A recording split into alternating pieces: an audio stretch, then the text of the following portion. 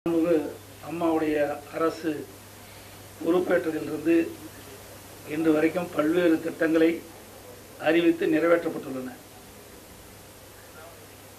குறிப்பாக தமிழகத்தில் 140 ஆண்டு காலம் இல்லாத கடுமையான வறட்சி, வடகிழக்கு பருவமழையும் தென்மேற்கு பருவமழையும் 2 பருவமழையும் பொய்த்துவிட்டது. இதனால் மழை நீர் குறைவாக தமிழகத்திற்கு கிடைத்த காரணத்தினாலே அணையிலும் ஏரிகள் குளங்கள் எல்லாம் போதிய நீர் இல்லாத ஒரு சூழ்நிலை. இந்த பருவமழையின் மூலமாக ஒவ்வொரு ஆண்டும் குறிப்பிட்ட அளவு மழை நீர் நம்முடைய அணைகளுக்கும் ஏரிகளுக்கும் குளங்களுக்கும் கிடைக்கும்.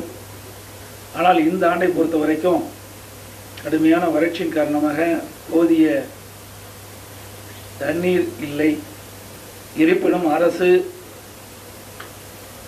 உரிய நடவடிக்கை எடுக்கப்பட்டு பொதுமக்களுக்கு தேவையான அளவுக்கு குடிநீர் வழங்கப்பட்டு வருகின்றது. தமிழ்நாடு குடிநீர் வடிகால் வாரியம் உள்ளாட்சி அமைப்பின் மூலமாக 500 கோடி ரூபாய் நிதி ஒதுக்கீடு செய்யப்பட்டு அதன் மூலமாக மக்களுக்கு தேவையான அளவுக்கு குடிநீர் வழங்கப்பட்டு வருகின்றன. மேலும் எங்கெங்கே குடிநீர் பிரச்சனை இருக்கின்றதோ அந்த பிரச்சனை முழுமையும் தீர்க்கப்படுவதற்காக கூடுதலாக 100 கோடி ரூபாய் ஒதுக்கீடு செய்யப்பட்டிருக்கின்றன. ஆகவே தமிழகத்திலே கடுமையான வறட்சி நிலவினாலும் மக்களுக்கு தொடர்ந்து தேவையான அளவுக்கு குடிநீர் அரசு வழங்கப்பட்டு வருகின்றன என்பதை இந்த தருணத்தில் தெரிவித்துக் கொள்கின்றேன். அதேபோல மாண்புமிகு அம்மாவுடைய அரசு குடிமராமத்து என்ற திட்டத்தை புதிதாக உருவாக்கி அதற்கு முதற்கட்டமாக 100 கோடி ரூபாய் நிதி ஒதுக்கீடு செய்யப்பட்டு அந்த பணிகள் முழுக்க முழுக்க விவசாயிகளுடைய சங்க பிரதிநிதிகளை வைத்து பணிகள் இன்றைக்கு நிறைவேற்றப்பட்டு வருகின்றன. அந்த ஏரி பகுதியில் உள்ள பாசன விவசாய சங்கத்தின் உறுப்பினர்கள் மூலமாக இந்த குடிமராமத்து பணி இன்றைக்கு செயல்படுத்தப்பட்டு வருகின்றன. அதேபோல் உள்ளாட்சி அமைப்பின் மூலமாகவும் டெண்டர் விடப்பட்டு அங்கே தூர்வாருகின்ற பணியும் நடைபெற்று வருகின்றன. மேலும் குடிமராமத்து பணி சிறப்பாக நடைபெற வேண்டும். கூடுதலான ஏரிகள் குளங்கள் தூர்வாரப்பட்டு கரைகளை பலப்படுத்தப்பட்டு மதங்கள் சரி செய்வதற்கு கால்வாயில் சீரமைப்பதற்காக 300 கோடி ரூபாய் நிதி ஒதுக்கீடு செய்வதற்கு அரசு உத்தரவிட்டுள்ளது. குடிமராமத்து பணி முதற்கட்டமாக 1519 ஏரிகள் முதற்கட்டமாக அந்த பணி எடுத்துக்கொள்ளப்பட்டிருக்கின்றன. அதோடு இப்பொழுது விவசாயிகள் பயனடையும் வகையில் விவசாயிகள் நீண்ட நாட்களாக கோரிக்கை வைத்து வந்தார்கள். ஏரிகள் குளங்கள் இருக்கின்ற வண்டல் மணல்களை எவ்வித கட்டணம் இல்லாமல் அரசு வழங்க வேண்டும் என்று மாண்புமிகு அம்மாவிடத்திலே கோரிக்கை வைத்தார்கள். அப்பொழுது மாண்புமிகு அம்மாவை நிறைவேற்றுகின்ற தருணத்தில் மறைந்து விட்டார்கள். அதைத் தொடர்ந்து அந்த விவசாய பிரதிநிதிகளுடைய கோரிக்கையை ஏற்று அங்கங்கே இருக்கின்ற ஏரிகள் குளங்கள் உள்ள வண்டல் மணல்களை அள்ளுவதற்கு அரசு ஆணை பிறப்பித்திருக்கின்றன. நஞ்சை நிலம் வைத்திருக்கின்ற விவசாயிகள் இருந்தால் ஒரு ஏக்கருக்கு 25 யூனிட் வண்டல் மண்ணை அவர்கள் எடுத்துக்கொள்ளலாம். கொஞ்சை நிலம் வைத்திருக்கின்ற விவசாயிகள் இருந்தால் 30 யூனிட் அந்த வண்டல் மண்ணை அவர்கள் எடுத்து பயன்படுத்திக் கொள்ளலாம். அதே போல ஏழை எளியோர்கள் வீடு கட்டுகின்ற பொழுது அந்த வீடுகள் கட்டுவதற்கான மண் நிரப்பப்படுகின்றன.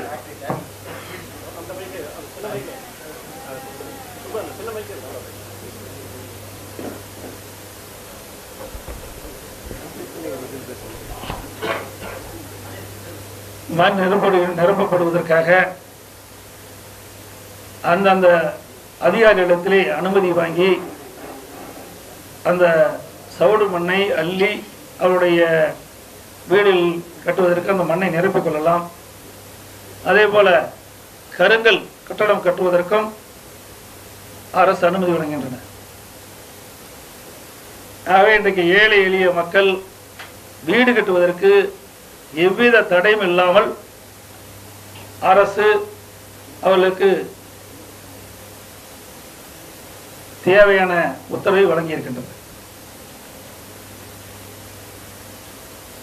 அதே போல கடுமையான வறட்சியால் இன்றைக்கு விவசாயிகள் பாதிக்கப்பட்டிருக்கின்றார்கள்.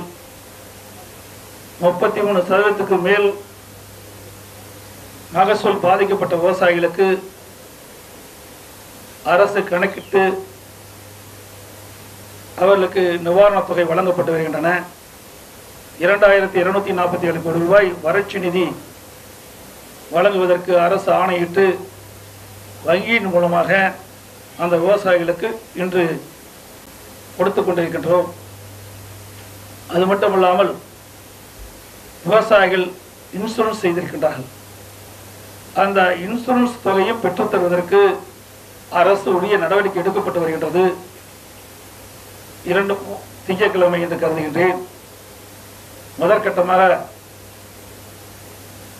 விவசாயிகளுக்கு இன்சூரன்ஸ் தொகை நாங்கள் வழங்கப்பட்டோம். ஆகவே அம்மாவுடைய அரசு வறட்சியால் பாதிக்கப்பட்ட விவசாயிகளுக்கு உரிய நிவாரணம் வழங்கப்பட்டு வருகின்றன. அது மட்டும் இல்லாமல் ஏதாவது வறட்சியால் பாதிக்கப்பட்ட விவசாயிகள் விடுபட்டு இருந்தால் அவர்கள் அந்த பகுதியில் இருக்கின்ற வட்டாட்சியர் இடத்திலே முறையிட்டால் அவர்களுக்கும் அந்த நிவாரணத் தொகை கிடைப்பதற்கு அரசு நடவடிக்கை மேற்கொள்ளும். வேற என்ன கேள்வி? மின் வெட்டு இல்ல, மின் பழுது. மின் வெட்டு என்ற பேச்சுக்கே இடமில்லை. அதை அந்த மின்துறை அமைச்சர் மாண்பு அமைச்சர் தங்கமணி அவர்கள் தெளிவுபடுத்தியிருக்கின்றார். மின் பழுது ஏற்பட்டுகின்றது. ஏதாவது ஒயர் வந்திருக்கும், ஒரு டிரான்ஸ்பார்மர் அது ரிப்பேர் ஆகியிருக்கும், அதனால அந்த பகுதியில் பழுதடைந்திருக்கும் ஒழிய மின் தடை என்ற பேச்சுக்கே இடமில்லை. தேவையான அளவுக்கு மின் உற்பத்தி செய்யப்பட்டு மக்களுக்கு வழங்கப்பட்டு வருகின்றது.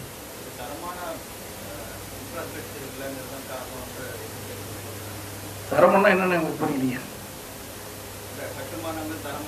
அதாவது இது ஒரு நாள்ல ஏற்பட்டது கிடையாது. மின்சாரம் என்பது பல ஆண்டு காலமாக இந்த கட்டுமானத்தை நிறைவேதான் பண்ண மின் விநியோகம் பண்ணிட்டு இருக்கோம். ஆகவே ஏதாவது ஒரு காரணத்தில் மின் பழுது ஏற்படுகின்றது. உங்களுக்கு தெரியும், ஒரு மின் உற்பத்தி ஒரு நிலையம் கட்டுவது என்றான்னு சொன்னால் 5-6 ஆண்டு காலம் ஆகும். அது இதெல்லாம் பல ஆண்டுகளுக்கு முன்பு அமைக்கப்பட்ட ஸ்ட்ரக்சர் தான், இப்பொழுதும் புதுசாக அமைக்கல. ஆகவே எங்காவது ஒரு பழுது ஏற்படுகின்ற பொழுது அது பழுதை நீக்கி உடனடியாக அந்த பகுதிக்கு தேவையான மின்சாரத்தை அரசு வழங்கி கொண்டிருக்கின்றது.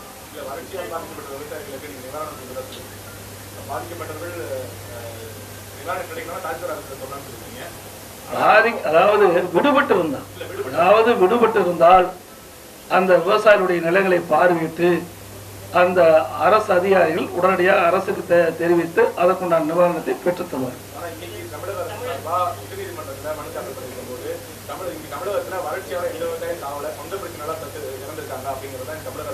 அதாவது நல்ல நீங்க ஊடக நண்பர்கள் தெரிவித்துக் கொள்கிறேன். இன்றைக்கு 17 பேர் தற்கொலை செய்து கொண்டார்கள் என்று மாவட்ட ஆட்சித்தலைவர் மூலமாக அறிக்கை பெறப்பட்டு அவர்களுக்கு நிவாரணத் தொகை ஏற்கனவே வழங்கப்பட்டுவிட்டது. இன்றைக்கு பல்வேறு அரசியல் கட்சி தலைவர்களும் ஊடகங்களும் பத்திரிகைகளும் அங்கங்கே விவசாயிகள் இறந்து விட்டார்கள் என்ற ஒரு செய்தியை கிடைத்த உடனே அரசு அந்தந்த மாவட்ட ஆட்சித்தலைவர் உத்தரவு பிறப்பித்து அதை நீங்கள் அந்தந்த பகுதிக்கு சென்று ஆய்வு செய்து அந்த ஆய்விலே என்ன காரணத்திற்காக இறந்தால் என்ற விவரத்தை அரசுக்கு தெரிவிக்க வேண்டும் என்று ஆணை பிறப்பிட்டு அதன் மூலமாக 65 நபர்கள் விவசாய நிலங்கள் இருக்கின்றது. ஆனால் வறுமையின் காரணமாக ஏதோ ஒரு காரணமாக அவர்கள் இறந்திருக்கின்றார்கள். அதற்கு கூட முதலமைச்சர் பொது நிவாரண நிதியிலிருந்து அவர்களுக்கும் நிதியுதவி வழங்கப்பட்டுகின்றன. ஆனால் நிலமே இல்லாம இறந்தவர்களுக்கு நிதியுதவி வழங்க வேண்டும் என்று பல பேர் கோரிக்கை வைத்தால் அதில் அரசில் இடமில்லை, சட்டத்தில் இடமில்லை. நிலம் இருந்து அவர்கள் விவசாயம் செய்திருந்து அவர்கள் பாதிக்கப்பட்டிருந்தால் நிச்சயமாக அரசு அந்த நபர்களுக்கு நிவாரணத் தொகை வழங்கப்படும்.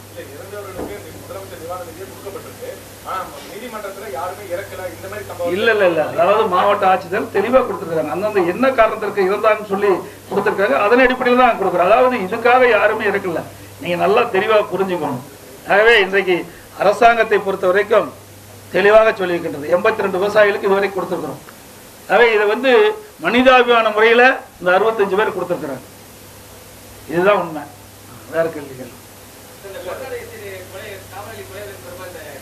அது இது சம்மந்தம் இல்லாததுங்க. இது இந்த இடத்துல அரசு புலன் விசாரணை இருக்குது, அது காவல்துறையுடைய புலன் விசாரணை இருக்குது. புலன் விசாரணை இருக்கின்ற பொழுது அது முடிவு பெற்றால்தான் அவருடைய உண்மையை தெரிவிக்க முடியும். ஆகவே காவல்துறை தகுந்த நடவடிக்கை இருக்கின்றது, புலன் விசாரணை மேற்கொள்ளப்படுகின்றது. குற்றம் செய்தவர்களை விரைவில் கண்டறிந்து நடவடிக்கை மேற்கொள்ளும் அரசு.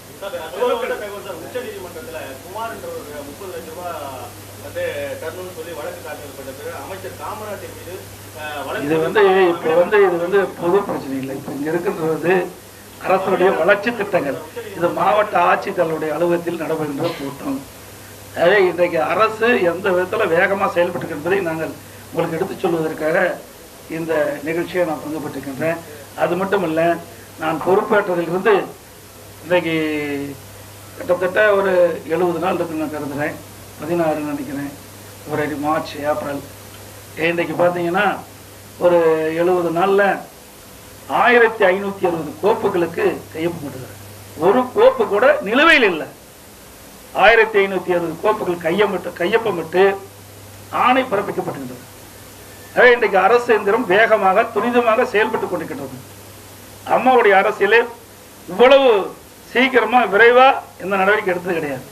அது மட்டும் இல்ல, இன்றைக்கு விபத்தில் பலியானவர்கள், மின்சாரம் தாக்கி பலியானவர்கள், இப்படி 300 பேர் இன்றைக்கு முதலமைச்சர் பொது நிவாரணத்திலிருந்து நிதியுதவி வழங்கப்படுகின்றது.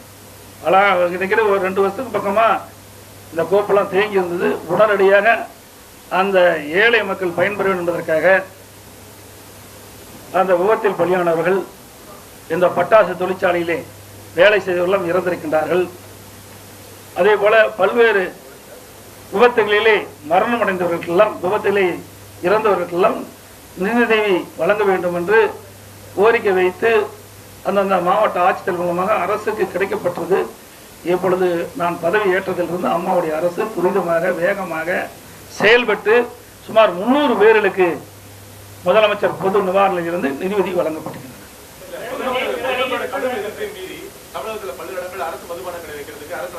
அதாவது ஏற்கனவே மதுபான கடை இயங்கி வருது, இப்பொழுது புதுசாக இருக்குல்ல. உச்சநீதிமன்ற தீர்ப்புப்படி அரசு அந்த முறையை கையாண்டு கொண்டிருக்கின்றது. அதில் எந்த மாறுபட்ட கருத்தும் கிடையாது. மாண்பு அம்மா அவர்கள் தேர்தல் நேரத்தில் தெளிவாக சொல்லியிருக்காங்க, படிப்படியாக மதுக்கடையை குறைக்கப்படும் என்று சொல்லியிருக்கின்றார்கள். அந்த அடிப்படையிலே அம்மா ஆட்சி பொறுப்பேற்ற உடனே 500 கடைகள் மதுக்கடையில் மூடினாங்க. அம்மாவுடைய அரசு தொடர்ந்து இப்பொழுது மீண்டும் 500 கடைகள் மூடப்பட்டிருக்கின்றன. ஆகவே அரசை பொறுத்த வரைக்கும் உரிய நடவடிக்கை எடுக்கப்பட்டுகின்றது.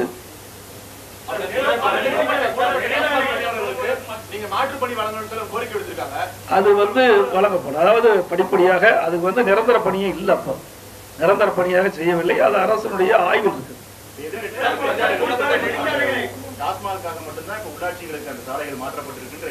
அப்படியெல்லாம் கிடையாது, அது மாதிரியே கிடையாது. அதாவது ஏற்கனவே இது அரசனுடைய கவனத்தில் எடுத்துக்கொள்ளப்பட்டது. இப்போ நீங்கள் பார்த்தீங்கன்னா சேலத்தை சுற்றி பூராமே ஹைவேஸ் ரோடு தான் இருக்குது. ஆனால் இதனுடைய ஸ்ட்ரக்சர் வேறு, மாநகராட்சியினுடைய நிலைப்பாடு வேறு. மாநகராட்சிங்கிறதுக்கு அதுக்கு தனி டிசைன் இருக்குது. பாத்வே போடணும், ட்ரைனேஜ் கட்டணும், அதுக்கு நடுவார தடுப்பு சுவர் அமைக்கணும். இதெல்லாம் மாநகராட்சியினுடைய உட்பட்ட ஒரு விரிவான திட்டங்கள். ஆக அந்த விரிவான திட்டத்தை அமல்படுத்த வேண்டும் என்று சொன்னால் இது மாநகராட்சி ஆட்சி சாலையாக மாற்றம் செய்ய வேண்டும். இது ஏற்கனவே கோரிக்கை வைக்கப்பட்டு வருகிறார்கள். மாநகராட்சி, நகராட்சி இதெல்லாம் ஏற்கனவே அரசுக்கு கோரிக்கை வைக்கப்படுகின்றது. இன்னும் உதாரணம் சொல்ல வேண்டும் என்று சொன்னால், ஏற்கனவே இந்த சென்னையிலே மாநகராட்சி சாலைகள்லாம் இன்றைக்கு நெடுஞ்சாலைக்கு ஒப்படைக்கப்பட்டாங்க. அதுபோல் இப்பொழுது மாநகராட்சி சாலைக்கு ஒப்படைப்பதற்கு சில கோப்புகள் வந்திருக்கின்றன. ஆகவே இது ஒன்று மாற்று இதுக்காக செய்ய வேண்டியதில்லை. ஏன்னா இதுக்கு வந்து நீங்கள் பார்த்தீங்கன்னா நெடுஞ்சாலைத்துறைக்கு சுற்றி வரும் இங்கே நெடுஞ்சாலைத்து இருக்குது, இதுக்கு ட்ரைனேஜ்லாம் நாங்கள் கட்ட முடியாது, எங்களுடைய திட்டத்தில் அது மாதிரி இல்லை. ஆனால் பாதாள சாக்கடை கட்டம், பாதாள சாக்கடை திட்டம் பல்வேறு நகரத்தில் இன்னைக்கு முறைப்படுத்தப்பட்டிருக்காங்க. அப்படி வருகின்ற பொழுது அதற்கு உண்டான கட்டமைப்பு செய்யப்பட வேண்டும். அந்த கட்டமைப்பை ஏற்படுத்துகின்ற பொழுது அது உள்ளாட்சி அமைப்பினுடைய நிர்வாகத்தில் அதுக்கு தகுந்த மாதிரி இருந்தால் தான் அதை முழுமை பெறும். அந்த நகரத்தில் இருக்கின்ற கழிவு நீர்லாம் வெளியேற்ற முடியும், அதுக்கு தகுந்தான வசதி செய்து கொடுக்க முடியும். அதுக்கு ஏதோ நான் ஏற்கனவே அந்த பத்திரிகை எல்லாம் கொடுத்துருக்கிறேன். அதுதான் நான் ஏற்கனவே பாரத பிரதமரிடத்துக்கு கடிதம் எழுதப்பட்டுகின்றது, அது பதில் வரும் என்று எதிர்பார்க்கின்றேன். ஆகவே அதை எதிர்நோக்கி நாங்கள் இருக்கிறோம். நிச்சயமாக பாரத பிரதமர் உரிய நடவடிக்கை எடுப்பார் என்று நம்புகிறோம். இது வந்து வளர்ச்சி திட்டத்தை பத்தி நான் தான் சொல்லிட்டேன். வளர்ச்சி திட்டத்தை பத்தி நீங்க கேளுங்க. அரசியல் சம்பந்தமான கிட்டனா வெளியில தான் போய் பேசணும், இங்க வந்து அதுக்கு பதில் சொல்ல இயலாது. ஏன்னா இது மாவட்ட ஆட்சியருடைய அலுவலகம். இதுல அரசுக்கு சம்பந்தப்பட்ட வளர்ச்சி பணிகள் குறித்து நீங்கள் கேள்வி கேட்டால் அதுக்கு உண்டான படிப்பு அது வந்து ஏற்கனவே மாண்பு இதயம் புரட்சி தலைவி அம்மா இருக்கின்ற பொழுதே மத்திய அரசு நிறுவனம் வேப்காஸ் நிறுவனம் என்ற நிறுவனத்திற்கு இன்றைக்கு அந்த விரிவான திட்ட அறிக்கை சமர்ப்பிக்கப்பட வேண்டும் என்று அந்த நிறுவனத்திற்கு ஒப்படைக்கப்பட்டு அந்த நிறுவனம் இன்றைக்கு அந்த விரிவான திட்ட அறிக்கை தயாரிக்கின்ற பணி செய்து கொண்டிருக்கின்றது. இங்கே மட்டும் இல்லை, மேட்டூர் மட்டுமல்ல, மேட்டூர், வைகை, அமராவதி, ஸ்ரீவைகுண்டம், பெருஞ்சாணி 5 அணைகளிலும் தூர் வருவதற்காக விரிவான திட்ட அறிக்கை வேப்காஸ் என்ற மத்திய நிறுவனத்தில் ஒப்படைக்கப்பட்டு அந்த விரிவான திட்ட அறிக்கை கிடைக்கப்பட்டவுடன் அங்கே நீங்கள் சொல்ல தூர் வாருகின்ற பணி துவங்கப்படும். அதுவும் அந்த நிறுவனம் கொடுத்தவுடனே கிடைக்கப்படும். ஏன்னா அதில் பல பிரச்சனை இருக்குது. ஏன்னா நம்முடைய தண்ணியெல்லாம் வனத்துறை பகுதி போய் தேங்குது. அந்த வனத்துறை பகுதி போய் தேங்குற காரணத்தில் அங்கே இருக்கிற தூர்வாரிகின்ற பொழுது வனத்துறை மத்திய அரசு வந்து அனுமதி பெற வேண்டிய சூழ்நிலை இருக்குது. இப்போ அந்த வேப்காஸ் நிறுவனம் வந்து இன்றைக்கு விரிவான திட்ட தயாரிக்கின்ற பணி இன்னைக்கு முடியும் தருவாயில் இருக்குது. அது கிடைக்கப்பட்டவுடன் இந்த நான் குறிப்பிட்ட அணைகளெல்லாம் தூர்வாரப்படும். அதான் நான் ஏற்கனவே இதுவும் இது சம்பந்தமாக அவருடைய கோரிக்கையை நிறைவேற்ற வேண்டும் பாரத பிரதமர்களுக்கு கடிதம் எழுதப்பட்டிருக்கிறது. அதாவது பேச்சுவார்த்தை தோல்வி அடையலாம். நம்முடைய மாநில அரசுக்கு முழு ஒத்துழைப்பு தராங்க. இது மத்திய அரசு எடுத்த நடவடிக்கை, மாநில அரசு எடுத்த நடவடிக்கை அல்ல. இது மாநில அரசை பொறுத்த வரைக்கும் அந்த மருத்துவர்களுக்கு முழு ஆதரவு கொடுத்து கொண்டிருக்கின்றது. ஆக அவர்களெல்லாம் நன்றி தெரிவித்திருக்கின்றார்கள். மாணவர்கள்லாம் அந்த மருத்துவ மாணவர்களும் நன்றி தெரிவித்திருக்கின்றார்கள். நான் பாரத பிரதமருக்கு கடிதம் எழுதப்பட்டு எங்களுடைய சுகாதாரத்துறை அமைச்சர் அவர்களை சந்தித்து பேசியிருக்கின்றார்கள். அவருடைய பணி செய்துவிட்டு வெளியிலே வந்து அவருடைய ஆர்ப்பாட்டத்தை வைத்துக்கிறவர்கள் எந்த விதத்திலும் பணி தேக்கமடையவில்லை என்பதை தெரிவித்தது. நன்றி, வணக்கம்.